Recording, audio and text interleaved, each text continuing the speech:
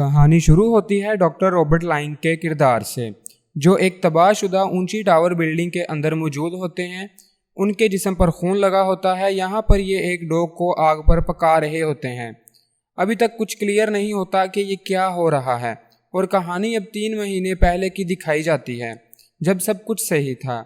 यहाँ लंदन का 40 मंजिला बड़ा सा टावर दिखाया जाता है, जिसका नाम हाई राइज है। ये टावर खास लोगों के लिए बनाया गया होता है जो मॉडर्न लिविंग स्टाइल चाहते हैं। टावर की सबसे ऊपर वाली मंजिल मीन्स के टॉप फ्लोर पर अमीर लोग रहते हैं और निचले फ्लोर पर आम लोग रहते हैं, यानी कि 40th फ्लोर पर सबसे अमीर लोग और 39 पर उनसे कम अमीर लोग, और ऐसे ही डिसेंडिंग ऑर्डर में सब लोग रहते हैं अपने अपने फ्लोर्स पर। यहाँ पर दुनिया की सब सहूलियात मौजूद होती हैं, जैसे कि स्विमिंग पूल, जिम, सुपरमार्केट और बच्चों का स्कूल भी होता है, ताकि इन्हें बाहर जाना ही ना पड़े। और ये सब लोग बाकी दुनिया से काफी अलग होकर रहते हैं टावर में। डॉक्टर रॉबर्ट इस टावर के 25th फ्लोर में शिफ्ट होते हैं और वो बहुत खुश होते हैं क्योंकि उन्हें एक अच्छी लाइफ गुजारने को मिलती है। यहाँ पर वो एक सिंगल मदर से भी मिलते हैं जिसका एक बेटा होता है। डॉक्टर रॉबर्ट और ये सिंगल मदर दोनों एक दूसरे के साथ बहुत ही कम वक्त में अटैच हो जाते हैं। इसके अलावा डॉक्टर रॉबर्ट की दोस्ती रिचर्ड विल्डर से भी हो जाती है, जो कि एक डॉक्यूमेंट्री फिल्म मेकर है। डॉक्टर रॉबर्ट एक फिजियोलॉजी के टीचर होते हैं। वो अपनी क्लास में इंसानी सर को काट कर सिखा रहे होते हैं, तो एक स्टूडेंट ये देखकर बेहोश हो जाता है और उस स्टूडेंट को ब्रेन स्कैन के लिए भेज दिया जाता है। इससे अगले दिन डॉक्टर रॉबर्ट को 40th फ्लोर पर एंथनी रॉयल से मिलने के लिए बुलाया जाता है, जिसका मतलब है कि सबसे अमीर लोगों के रहने की जगह पर। इस टावर को रॉयल ने ही डिजाइन किया होता है। यहाँ पर रॉयल की वाइफ को भी दिखाया जाता है, जो किसी को ज्यादा इंपॉर्टेंस नहीं देती है, लेकिन डॉक्टर रॉबर्ट को पार्टी पर आने के लिए इनवाइट करती है, जो वो कुछ दिन के बाद दे रही होती है। अब पार्टी वाला दिन आ जाता है। ये पार्टी 18वीं सेंचुरी कॉस्ट्यूम थीम्ड पर डिजाइन की गई होती है, जिसका मतलब है कि सब लोगों को 18वीं सदी के फैशन के कपड़े पहनकर आना है, और ऐसा ही होता है। और डॉक्टर रॉबर्ट अपनी डेली रूटीन के ही कपड़े पहनकर आ जाते हैं, क्योंकि उन्हें पार्टी थीम की इन्फॉर्मेशन नहीं होती। डॉक्टर रॉबर्ट के एवरीडे सूट को देखकर रॉयल की वाइफ और बाकी पार्टी में आए मेहमानों को बहुत बुरा लगता है और अजीब लगता है। इसके अलावा रॉयल की वाइफ और उसका वही स्टूडेंट जो क्लास के दरमियान बेहोश होकर गिर गया था, डॉक्टर रॉबर्ट की बहुत इंसल्ट करते हैं और उनको बुरा भला कहते हैं, और डॉक्टर रॉबर्ट को पार्टी से बाहर निकाल दिया जाता है। पार्टी से निकल जाने के बाद डॉक्टर रॉबर्ट लिफ्ट के अंदर जाते हैं, लेकिन बिजली चले जाने की वजह से वो उसी लिफ्ट में फंस जाते हैं।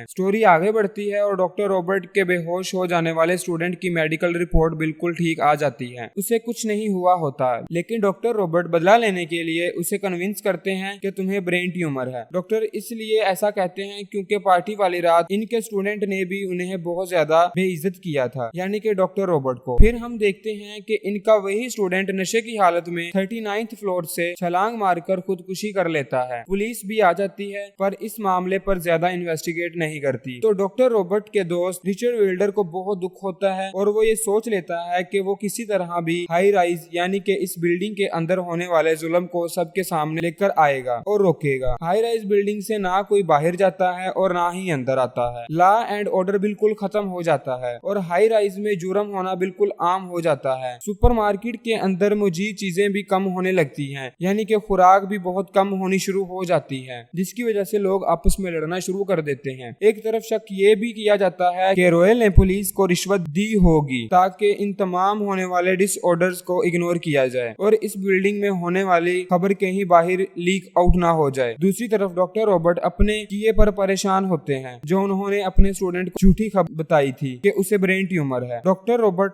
अब काफी हद तक मेंटली इल हो चुके होते हैं और खुद को अपने रूम में बंद कर लेते हैं। वो खुद को कसूरवार कहते हैं और मेंटली इंस्टेबल हो जाते हैं। विल्डर प्लान करता है कि वो रॉयल को मार देगा। रॉयल वही शख्स है जिसने इस बिल्डिंग को डिजाइन किया होता है। विल्डर को ये भी लगता है कि इस सारे मामले के पीछे रॉयल का ही हाथ है। तो जब वो उसे मारने के लिए जाता है तो विल्डर को पता चलता है कि रॉयल का एक बेटा भी है, जिसके बारे में दुनिया नहीं जानती। विल्डर मुश्किल से रॉयल के पेंट हाउस में पहुंचकर उसको गोली मार देता है, जिससे रॉयल मर जाता है और विल्डर को भी वहां मौजूद एक लड़की गोली मार देती है। इस तरह यहाँ 2 डेथ्स हो जाती हैं। रॉयल का बेटा ये सब कुछ देख रहा होता है छुपकर। पूरे टावर में अफरा तफरी का मकाम हो जाता है। लोग एक दूसरे से लड़ रहे होते हैं, कोई खुराक के पीछे और कोई बदले के पीछे। सब लोगों में नफरत भरी होती है। अमीर गरीब को और गरीब अमीर को मार रहा होता है। फिल्म अब वही आ जाती है जहाँ से शुरू होती है, जब डॉक्टर रॉबर्ट तबाह हुई ऊंची टावर बिल्डिंग के अंदर मौजूद होते हैं। डॉक्टर रॉबर्ट मुकम्मल तौर पर मेंटली अनस्टेबल नजर आते हैं। वो खुद से बातें कर रहे होते हैं और स्टोरी यहाँ पर खत्म हो जाती है। इस मूवी का मकसद ये होता है कि जहाँ किसी एक शख्स की इन्वेस्टमेंट या हुक्म चलता है, वहाँ कभी आजादी नहीं होती और लोगों को इक्वली राइट्स नहीं मिलते। आई होप आपको मूवी एक्सप्लेनेशन पसंद आई होगी। इफ यस, प्लीज वीडियो को लाइक कीजिए।